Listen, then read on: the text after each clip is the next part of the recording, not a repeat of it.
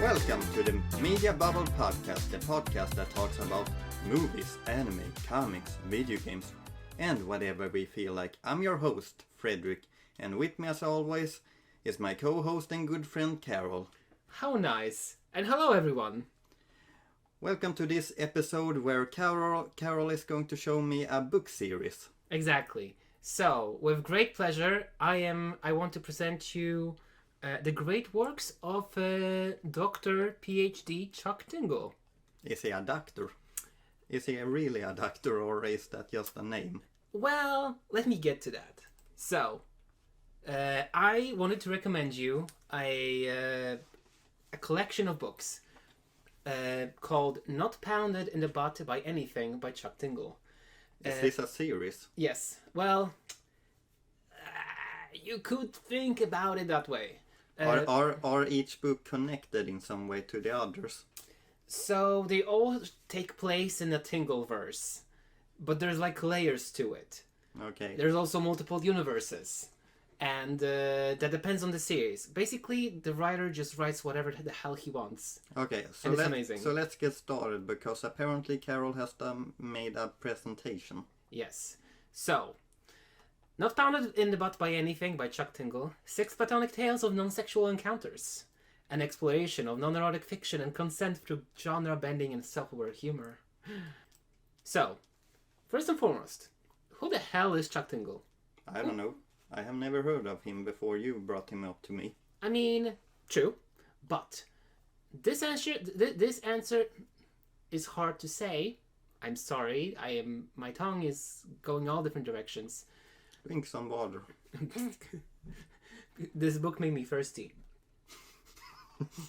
So, Chuck Tingle, he is a mystery wrapped in shroud of unknowable beingness. So we don't know who the author actually is. He never shared a photo online. From what we know, he presumably lived in an abandoned ghost town where there was a cult, and then he moved in with his son. I forgot the city, but he moved away with his son. Then he got a PhD in holistic arts, and now he writes gay and straight and bi erotica. Okay. He is most known for his tremendous work with titles such as Pounded in the Butt by My Own Butt, and Pounded in the Butt by My Own Book, Pounded in the Butt by My Own Book, Pounded in the Butt by My Own Book. Are all the titles pounded in my butt? Not exactly, because sometimes there's titles like Monday Pounds Me in the Butt, or Unicorn Butt Cops, Highway Patrol. I see some butt team. Exactly. So, as I said, this is what he primarily is known for is erotica, like really raunchy stuff. Mm. But this book that I picked up that I wanted to tell you about doesn't contain any of that. Okay. He also writes some horror. So you have picked a book that isn't really that much in his style.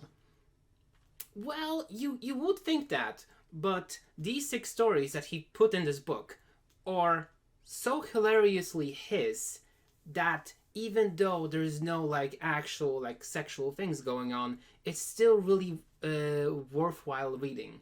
Okay. He also worked on some other projects, so he also writes like pick your own adventure books. Mm. And he also started a project called the Tingle Project. I think it was a video game, but then it like picked up and then it like never came out. Okay. Nevertheless, this man is a legend. He writes. Do you know when he started writing books? When I checked his Goodreads account, like his how much he wrote, he started writing in 2017 or 15. Okay. So he writes for a long time. Like he writes a lot. He usually writes like little novelettes between 40 to 60 pages. Yes. Which is alright. Like it's just short and fun. Mm. But not pounded in the butt by anything. Yes. This is a collection of 6 stories. Some of them are raunchy, some of them are not. All of them have a theme of not having sex. Okay. I think we should preface this is an adult episode. Isn't that a theme of almost all books, Carol? Not having sex. I don't know what kind of books you've been reading. Yeah, but I just mean that normal books doesn't really have some kind of sexual Twilight. themes in them. Okay, Twilight. Oh my god, 50 Shades of Grey. Now you're just picking books that have themes of that in it. Exactly, but those are also normal books. Why Yeah. are they not normal? I didn't mean it like that way. I just mean that usually media maybe aren't are kind of kid friendly. I see your point. I just mean most media. I don't mean all media when I said that. Yeah, I mean, like, yeah, I can see, like, 50 Shades of Grey and not being exactly for kids or mainstream because it's for kid.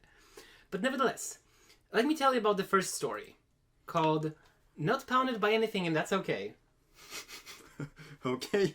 So, our adventure starts with our main character that is called Ken. Ken is late for work. Yes. He forgot to change this clock because it's daylight savings time. So he's 1 hour late and he's driving the fastest possible speed to work. You must have really related to this story, right? I don't get as many tickets as I did before. Okay. But this is where the similarities between Ken and me end. Because he stopped by Unicorn Butt Cop Highway Patrol. Oh. And I actually marked here because this story is so, like, it's just a setup for, like, it's just a setup after setup after setup for, like, erotic stuff. But it never leads anywhere. So Ken is being stopped over and he says, "Oh, officer, is there anything I can do to speed this process up?" And the officer says, "Anything. Anything. Well, there's just one thing you can do for me." "What is it?" "You can drive safely and never do that again." "All right." And he drives back to work. Can I just mention while Carol explained that he had both his hands in a cross on his chest. Because it's so saucy, like all the descriptions just like emanate like desire.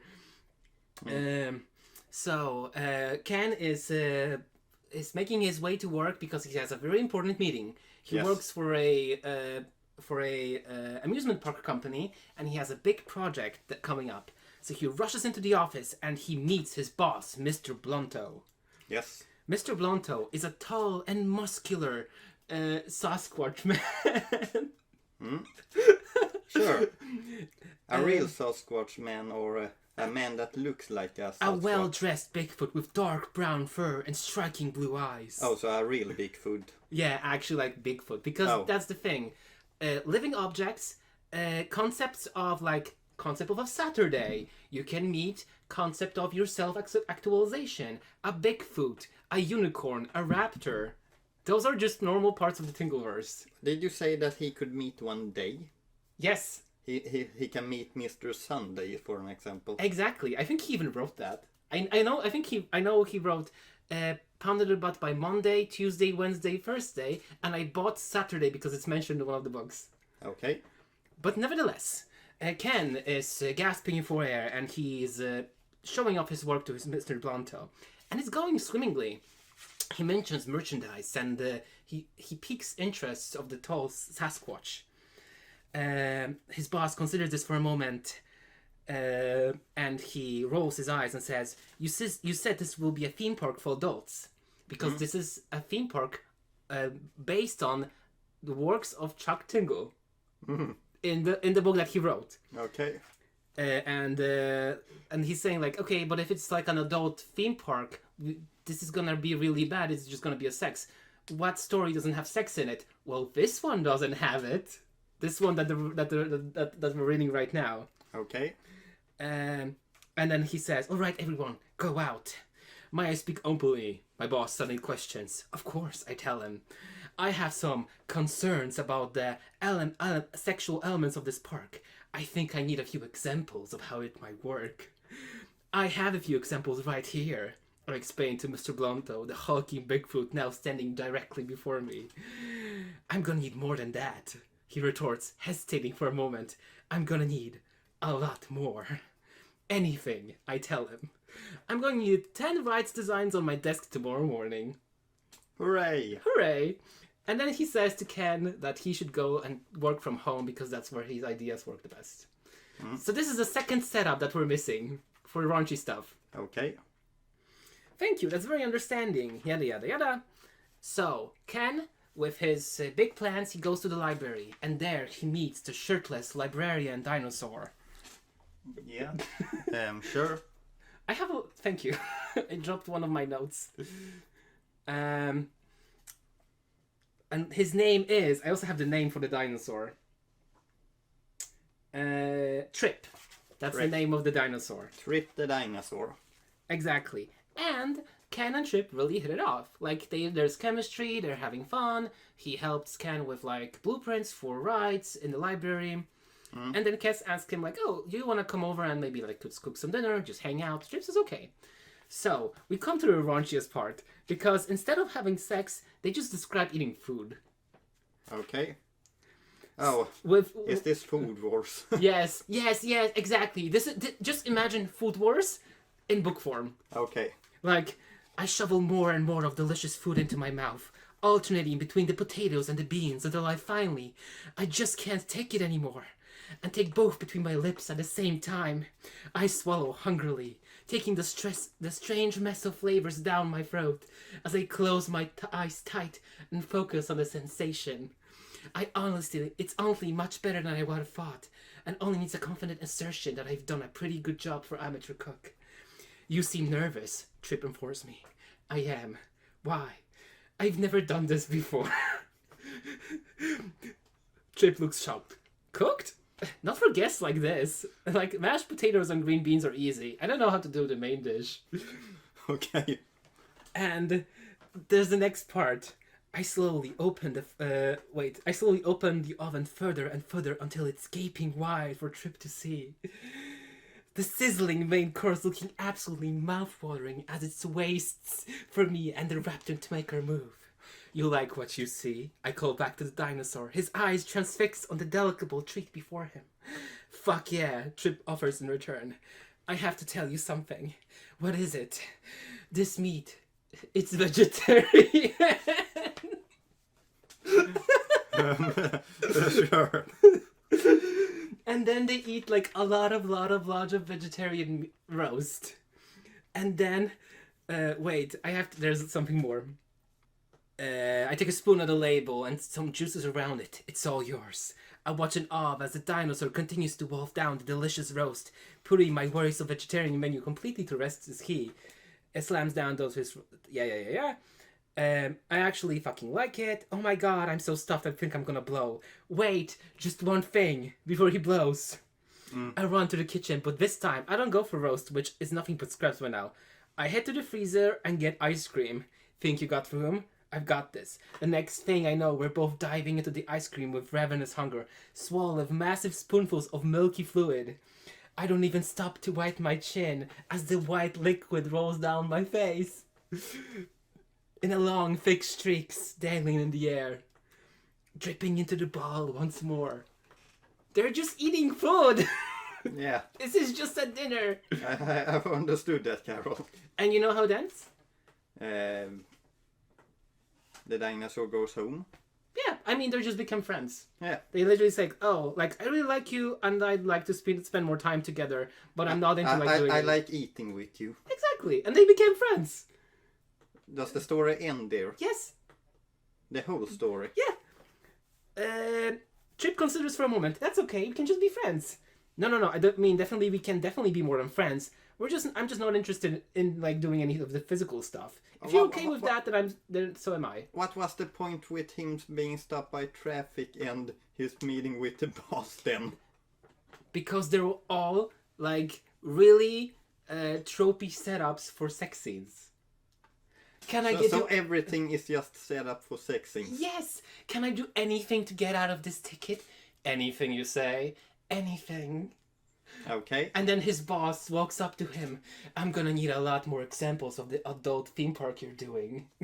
So if I understood this correct, this book right here, it doesn't it has setup for sex scenes, but it doesn't actually have any sex. Yes. But what is his other books then like?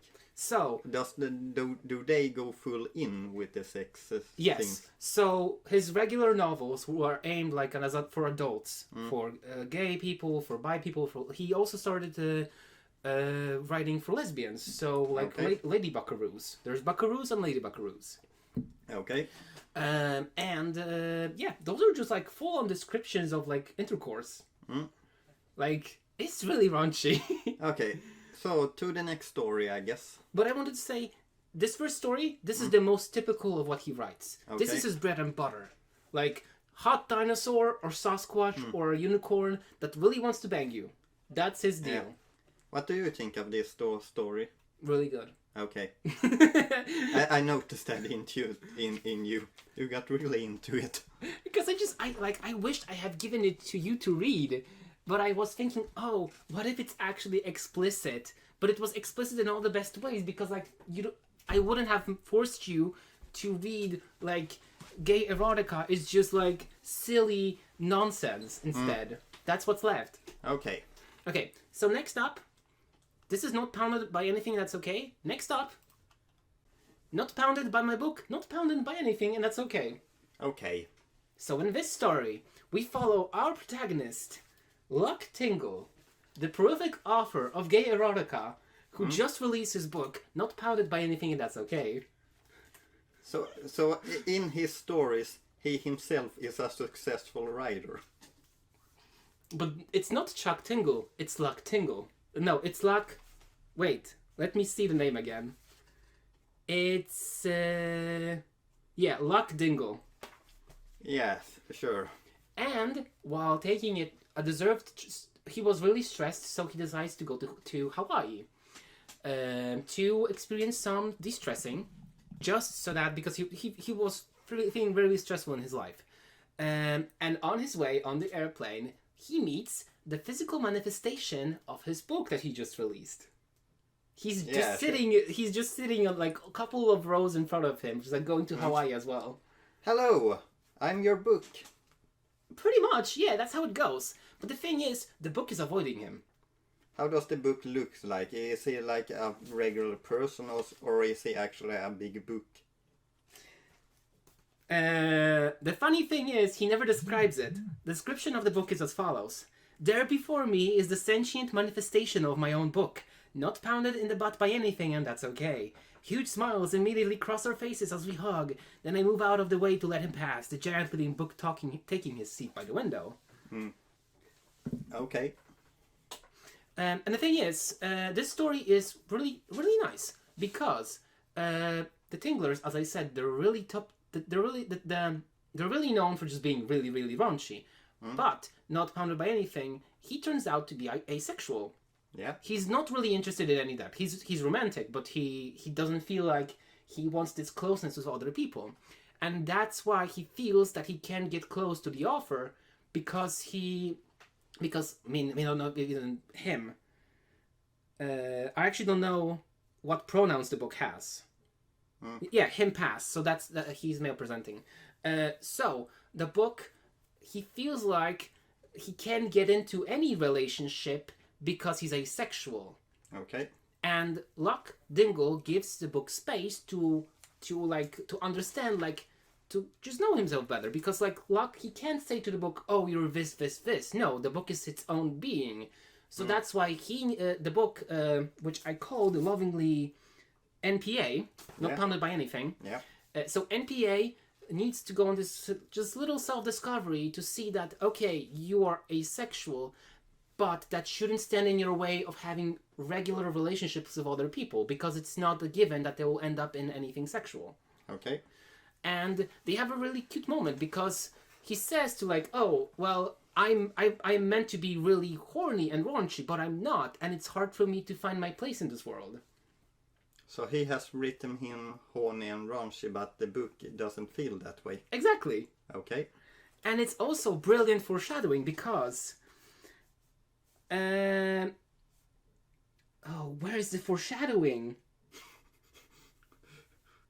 Yeah, because I just thought I could use a vacation. Same, I admit with the knot. Guess we really are cut from the same cloth. Because it turns out that Luck Dingle is also asexual, but he just never shares it with anybody. Oh, okay. So instead of doing anything like raunchy and, they go to a hike in the Hawaiian mountains. Okay. They take in the sights, they just spend time together, and they learn to like know each other, because in the end, Luck Dingle created NPA, and in a way, there is this relationship between them, but it was blocked because of NPA was insecure about how he should proceed with his life. Yeah. This is kind of weird. It's like he has created something and then he has to discover what he has created. Not even that, because Luck Dingle gives space to the book for them to discover themselves what they want. This is kind of meta. A lot of his books are. The title of the book is also a reference, because as I said, he wrote my books Pound Me in the Butt, and then he wrote 5 more in the same style, like my book, my fun, So it's really, really, really, really meta. That's the play on that. And I think it's actually really chill, because, like, this is a stark comparison to the first book, where there was like a lot of setups and a lot of descriptions which fit in erotica, but here's that's none. It's just slow pace, 2 people going into a vacation and trying to learn about each other a little bit more. Because even if Luck Dingle is asexual, him telling the book that in the beginning wouldn't change anything. The book came up to the conclusion himself. Okay. Your thoughts? I'm not really sure. It's kind of deep in some way. You meeting your own creation and your interaction with it. Yeah. And like it kind of sounds like an author that's going through self-discovery in some way. Exactly. I mean, I don't think I have written this, but I don't truly understood what it means. Yeah, I think. Okay, maybe not exactly that, because this is kind of humor. This has much humor, I guess. I mean, this story is played very straight. Oh. There's very little joke. It's just those 2, like, because at the beginning the NPA didn't really want, like, as I said, he was chilly. He was keeping away from the author because he felt like he needed to be this raunchy, horny smut, which it wasn't. Okay. What do you feel about this story? Thought-provoking and really short and nice. And they became friends at the end. Okay, next up is not pounded at the last second, because consent can be given and revoked at any moment, and this is a wonderful thing that's important to understand. Okay. So as you can see from the picture, this is going to be a Sasquatch one again. Again? Yeah. So I've gone through 3 stories and there already has been 2 Bigfoots. Yeah. Whoa, wait. Just you wait. So this story stars Blip as the main character. Yes. Treen as the exposition.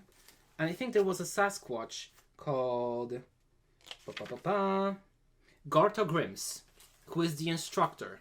Okay. So Blip is going on to a rafting expedition on the weekend. Yeah. And he finds himself on the bus just stopping before they're about to go off the rafts. And Treen is like, "Yeah, we're definitely in a sex book." And Blip is like, "Wait, what do you mean we're in a sex books? Yeah, I mean, think about it. Do you remember anything before you even stepped on this bus?" And Blip is like, "I don't remember anything. I don't think I even like lived my life before." I don't think I even existed before I took this step. Exactly. And Treen is like, "Well, okay, I mean, that means you're probably the main character."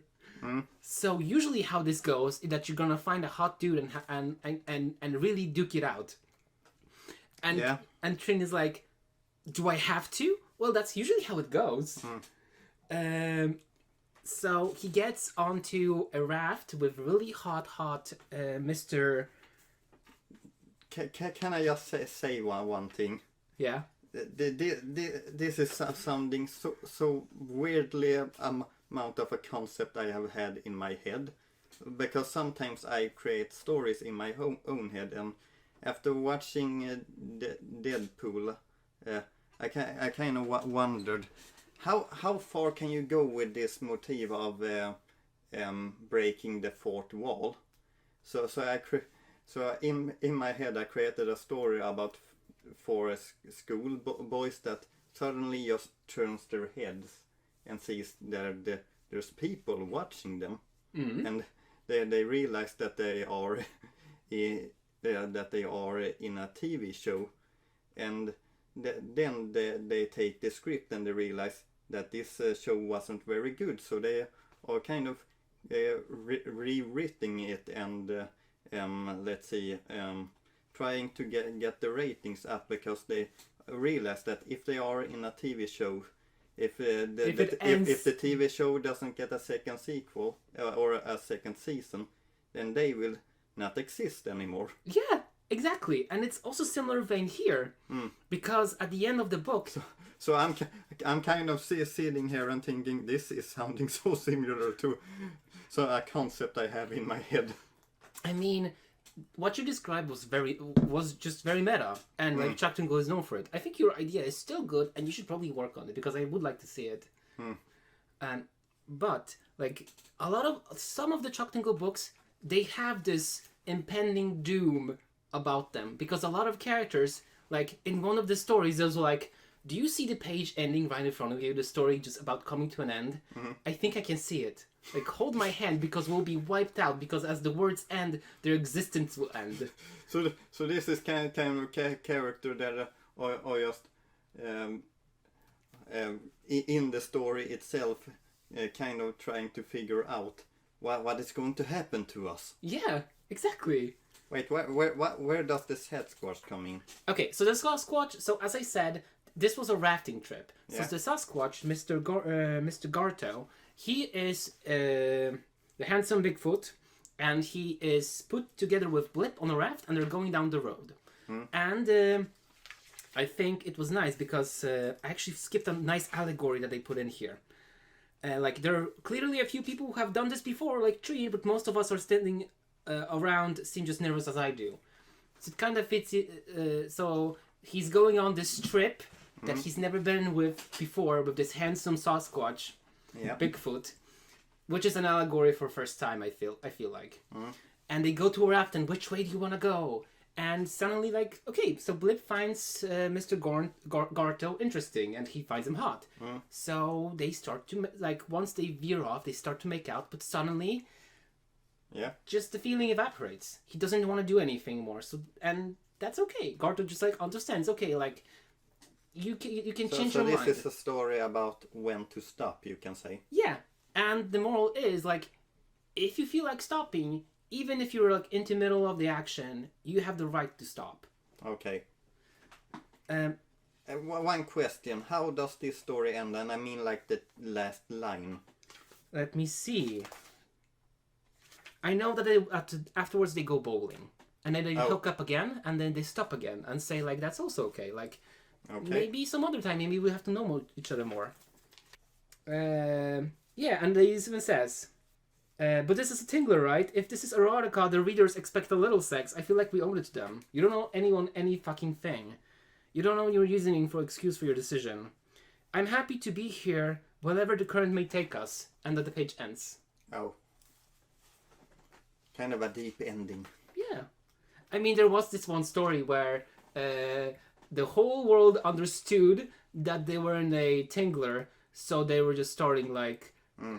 just riots. They just presented Chuck Tingle as like eternal god to them. But this story is very typical of some of the topics that the author chooses. Yeah. So in a lot of ways, he like Chuck Tingle is very politically like in. He writes about current topics. He writes about presidents. He writes about brutality. He writes about like horror stories about like mistreatment of LGBTQ people. So this is, even though it's a little, like, there's a lot of nice allegories, but the point is in the title. You can change your mind whenever. Yeah. It's kind of teaching of how to be a good person. Exactly. Because even if you're making out with someone, if they say no, that's a no. That's not a maybe. That's not a that's no. Yeah. So, should we go to the next story? Yep. So the next one is another a little bit more direct topic, and not. I mean, it's called "Dressed Up Handsome and Not Pounded Because Cosplay Is Not Consent." Okay. Oh, I feel like I already understand what this is. Yeah. So you can even there's image to help you. Yeah. Yeah. Just because someone dresses up kind of sexy, it doesn't mean that. And it's okay to touch. Yeah. And I feel like, I mean, the last convention I've been to was, and there were a lot of like on the website and around walking, there were signs like cosplay. You should always ask. You should always talk with the cosplayer. They're not for you. They're not your entertainment. And I feel like this book was written in 2019, so I feel like I don't know. For me, it's natural to not think about like, oh, you should touch someone because they're showing skin. But in this book, we have our main character, Jorn and Klippo. Yeah. So Klippo is the main character, I think. No, Jorn. So Jorn is going to a convention with his best friend, and they're going to a convention called the TingleCon. Yeah. We're gonna cosplay all your favorite characters from Chuck Tingle novels. So, Klippo. This is starting to feel like the author has a big ego. A little bit. So, Klippo is wearing the outfit of Darth Vader from the premiere series Bot Wars. Yeah. Which is a real book, which I haven't read. Okay. Also, funny story. The Raft one, there's a Saturday Pounds My Butt. There's a cameo from that one in the rafting one. Okay. Anyway. So they go to a convention and they're being mixed up. And because Klippo's outfit is a little bit revealing, he's getting like touched and filled up by attendees. And that's not really okay. So he calls security. Security takes the guy downstairs to like a holding cell. Can I ask something? Does actual people do this at convention? Does people actually start to touch someone just because they are dressed in a specific way? Yeah, I mean, yes, they do. A lot of like, I don't think a lot of. It's hard for me to say, but I know. Otherwise, there wouldn't be a lot of these messages about not touching the cosplayers because some people feel inclined like if you're dressing sexily, it says to you. Yeah, but I feel like that should be a knowledge for everyone that you should not just go and touch someone. But I mean, if they dress sexily, they ask for it, right? Because they dress sexily. No, that doesn't mean that at all. Exactly, but this is the logic that these people operate. That because you're dressed sexy, that you look inviting. Oh, that you're dressed like this. That means you want it. You want me to look at you. Exactly. Well, that's not the truth because you're cosplaying for fun. And the same goes with like just dressing in general. You're doing it for yourself, not because you want to be assaulted by anyone. Yeah. So Klippo goes to the underground and is found that there's a lot of people not understanding the rule. This book is very heavy-handed because under the convention there's a laboratory. Okay. And they try to teach people that cosplay is not consent. Where they have like a banana sitting on the desk and it's like, do not touch this banana. Okay. Then they put the banana in a sexy suit. Do not touch this banana. They touch the banana. Isn't that a thing where if you have a banana ordinary, you wouldn't touch it, but if you put a sign on it, do not touch this, then you certainly want to touch it. Exactly. But in this version, the banana is dressed sexily, like in lingerie. Of course he is. So, I mean, the main point is, like, turns out Klippo's friend, Jorn, he's one of the bad guys. He actually went out to an attendee and he fielded up. And he couldn't understand when other people said to them, but when Klippo said to him, like, what the hell are you doing? Like, they are not asking you to touch them. That's creepy and weird. Why don't you stop? That's when his friend starts to understand about consent. Yeah.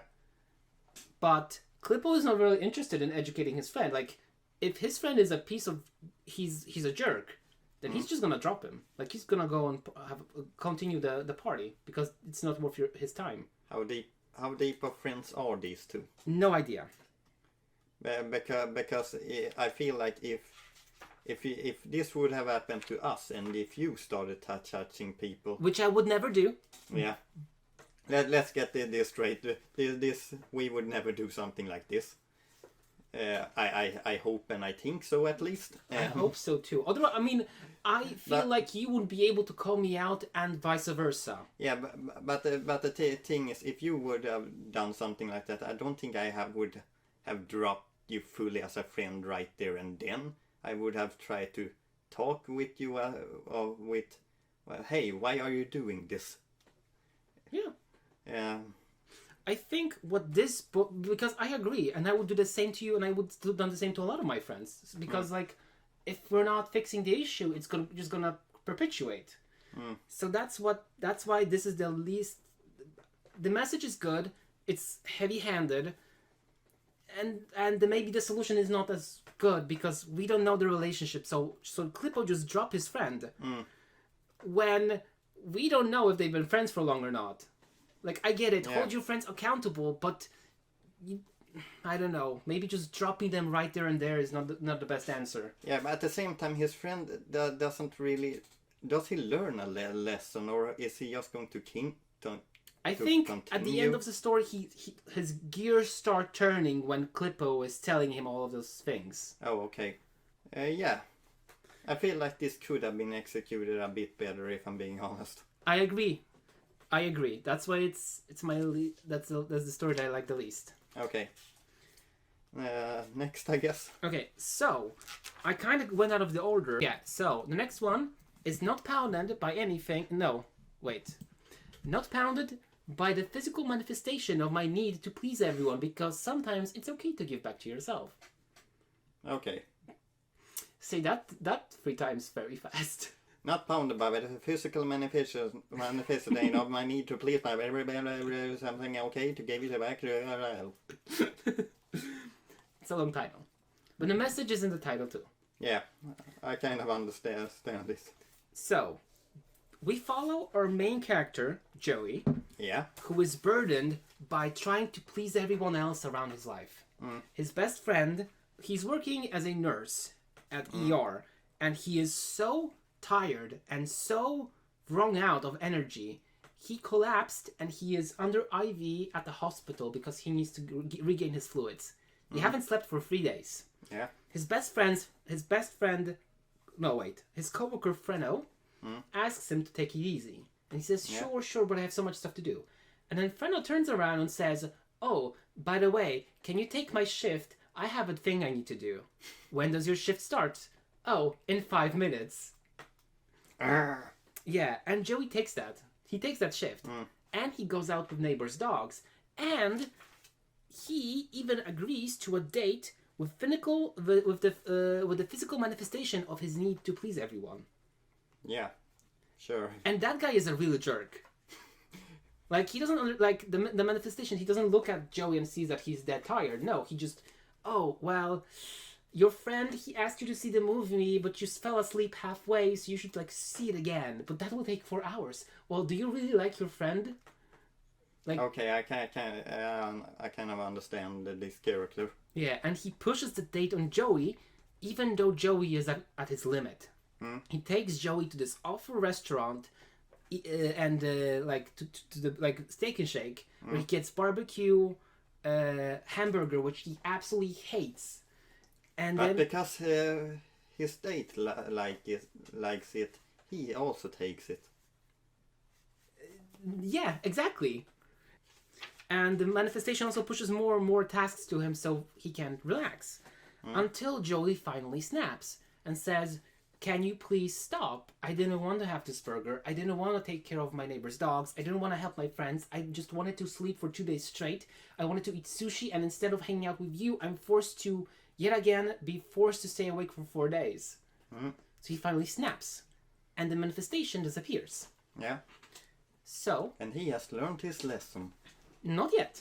No, okay. Because afterwards, he cancels the plans. He goes and takes vacation. He doesn't listen to friends who say that he should go to a busy beach. He goes to Oregon, which is on this picture. This is beaches in Oregon where he went, where he meets the physical manifestation of self-care. Okay. And the manifestation encourages him. Sometimes it's important to just take your time off. When did you do something for yourself? And Joey doesn't remember because he always does things for other people. Yeah. So he picks up painting. He goes, takes a canvas, he takes paints, and he starts to paint whatever he feels like without the need of approval from anyone else. And it's cute. And at the end, he even pays for someone else's groceries. Yeah. But that's not the need to please someone else. That's just basic kindness. Okay. So I kind of feel like this story is the most predictable in one way, if I'm going to be honest, because the story is kind of like you need to make sure that you are okay before you start to think about others. Take care of yourself first, and then think about helping someone else. Yeah, exactly. Now that you say it, I feel like, because unlike the other stories in the book, there wasn't a twist to it. There wasn't something else. It was just a straight story of where the guy that was overworked stopped being overworked and he went on a vacation. It feels like all of these stories are kind of deep in some way, and it kind of starts me to think about the first story again. And what was that? What was that one's message? The first one is that that you're not being pounded by anything. It was dumb humor. Okay. The first one didn't have a message. That's fun too. And we come to the last story, my favorite. Yeah. So, the last story is... Nice guy dinosaur doesn't pound me in the butt because I'm not interested, and he's not actually nice. He's just creepy and doesn't respect my boundaries when I tell him we're not on a date. Exactly. So a dinosaur again. Yes. So this is Dinosaur.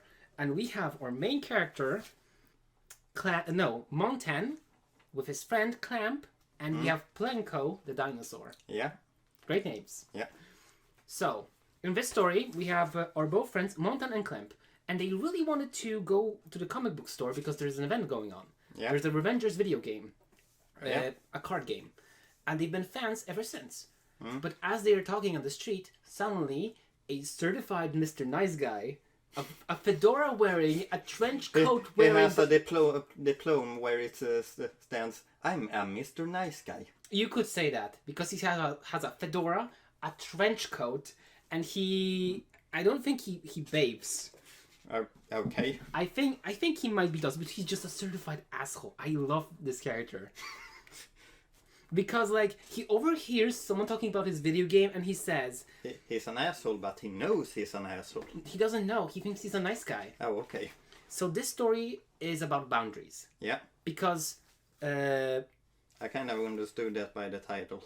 Because he asks out Montan, Plinko asks Montan to the date, and he just treats him like shit. On the date. Exactly. So let me just find the chapter because it's just hilarious. So before we start, do you know about nice guys? What do you mean by nice guys exactly? So in quotation, nice guys. They're guys who think that if you're nice to women, they owe you sex. If you're nice enough, it's given that the woman should have sex with you. There are people like that. That's kind of stupid, to be honest. No, I haven't heard of this too, if I'm being honest. Good for you. Because these people exist, and they think that because they're nice, they deserve it. I have seen maybe some examples of that, but I didn't know that there existed a term for it. There is. So this Mr. Plenko here, Mr. Criminal, Mr. Thanos level threat, he is the absolute worst Mr. Nice Guy. He wears a fedora, and when he interjects, he says, "Oh, my bud, If you only knew what it truly takes to prepare for my gamers battle, you would not be so flippant with your words, the dinosaur offers.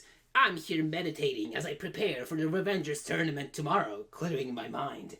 That's how I study the blade, and it's also how I study my games. Is that your dinosaur voice? Yes, it's Okay. my jerk voice. A gentleman gamer and certified nice guy like myself isn't going to show up to a tournament like a slob. And he's wearing a full-on like leather trench coat that he never takes off. Yeah. And he asks Montan to date to the tournament. Yeah. And he's like, but his friend is right here. Oh, okay, I guess you can too come. But next day when he comes, his car is full of trash. There's no place for his friend. And he's like, we have no time. Let's meet your friend at the tournament because they'll start soon. So the MC, main character, hops into the car, and instead of the tournament, he drives to the goddamn restaurant. Okay. And like, Montan is like, wait, but the tournament was supposed to start. And, where are we going? I would never think to take a bud on a date without feeding him proper meal. I am a gentleman gamer, after all. Yeah. Why do you serious? I thought we were in a hurry to get to the restaurant. And like Montan says, like, I'm not hungry. You can eat as much as you like. And then they go to the restaurant, and Plinko gets chicken tendies, and he says that his date will take a salad. This is kind of someone that tries to be nice without actually listening to what the other person wants. Yes, exactly. Because he never listens to what Montan is saying. That this is Yeah. not a date. This is I don't want to eat. And like he also has a really misogynistic views because it's like, because Montan says like, oh, I wanted to cosplay at this event, but I'm really rusty, so I didn't want to like stretch it out. I don't think I would do a good cosplay. And he's directly like, cosplay? My bud, as my date for the evening, I would not allow your body to be exposed in such a way. I am a nice guy, and I will protect your honor of my bud, even if it means protecting him from himself. Yeah. Like, Montan can decide himself if he wants to wear cosplay or not. You don't have to protect his honor for anything. You met him yesterday. This is the type of guy Plinko is. Yeah. And then, when they go back to the tournament, you know what he asks? No. So have you ever played Revengers? It's a very complicated video game. An intellectual gamer like myself can navigate it with ease, but it might be difficult for someone like you. Okay. When he interjected Montan and his friend at the beginning because they were talking about the video game. Yeah. And he's like, have you heard about this video game? The absolute menace. And then he even says, I must not have been listening. When Montan is like, about this. Didn't he also kind of say that he's stupid in some way because he kind of said Yes! A smart guy like me can understand it fine, but I'm doing your voice now when I think about it. Yeah.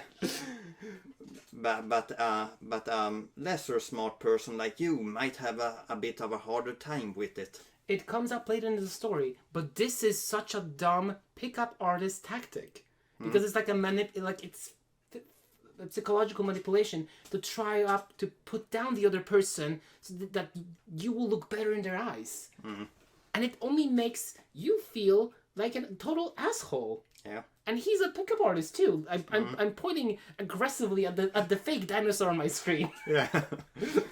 Yeah. I made him. I put the fedora on him.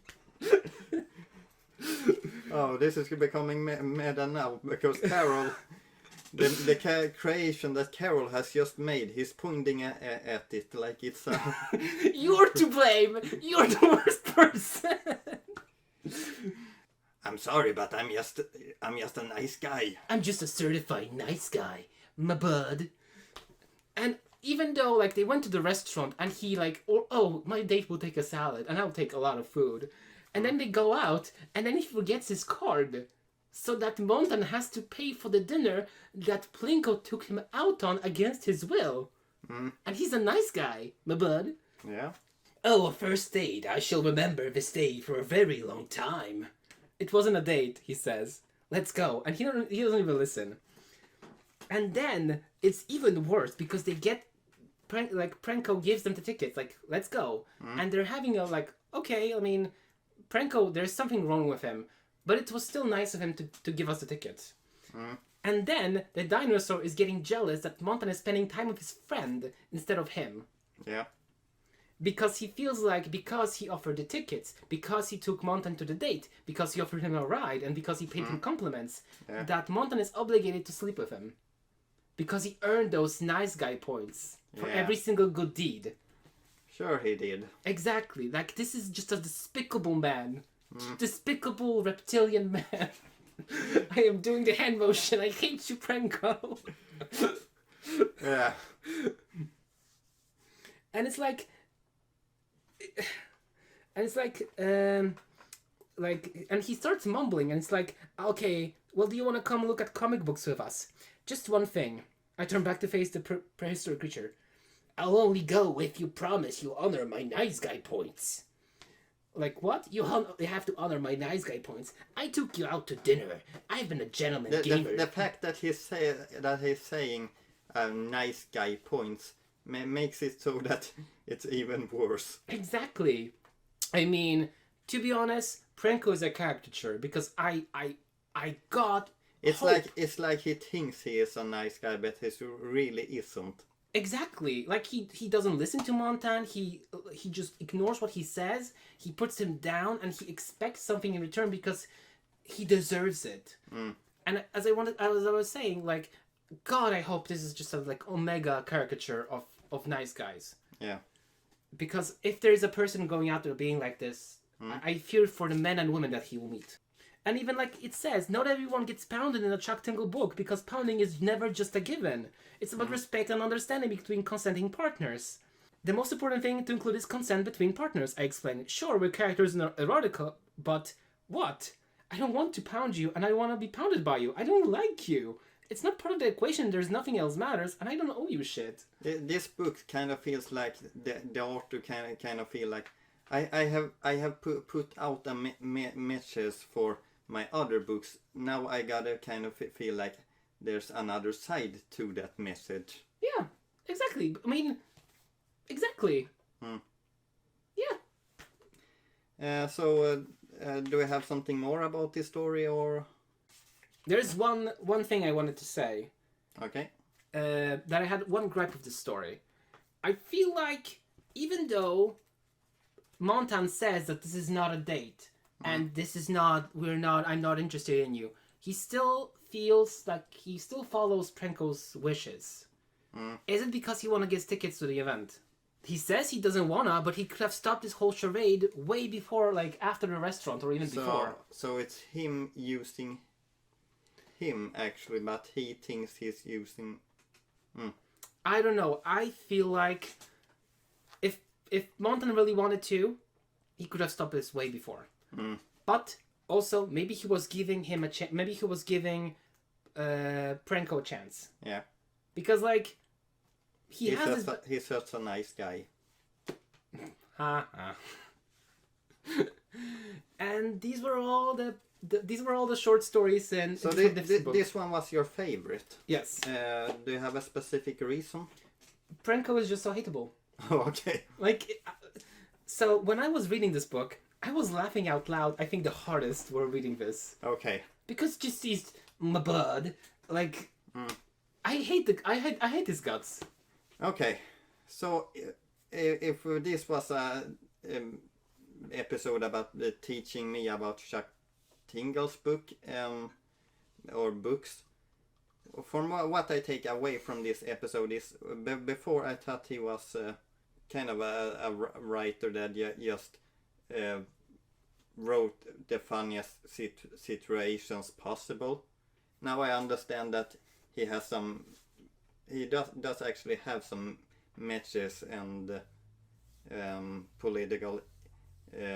Or at least like at least social commentary. Yeah, in his book, I didn't know that before, because his titles and book coverage are a bit. I mean, my own renditions were only because they're. I felt like maybe putting them on YouTube is a little bit too saucy because there's like naked, almost like flexing bodybuilders with like even more buff Sasquatches. I mean, this was fun. I don't want to censor him because this was really fun to create these covers. Like, I mean, for Not Pounded by My Book. Let me see. You know how much time I spent this face? You know that that picture you also have in the background that has eye stuck images. I know, but it was part of the joke. Okay.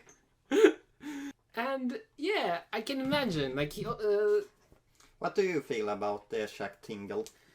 Because you are really the one that is a fan of him. Of us too. You can say. great offer. I think because reading this, because I also read Pounded in the Butt by Saturday. That actually got me to get a Kindle app, so that I can read more of his works because most of his works work on Amazon. Yeah. I also ordered his role-playing game. Okay. Which you might want to check out with me if you want. It's not sexy. It's just role-playing about like depression. Sure.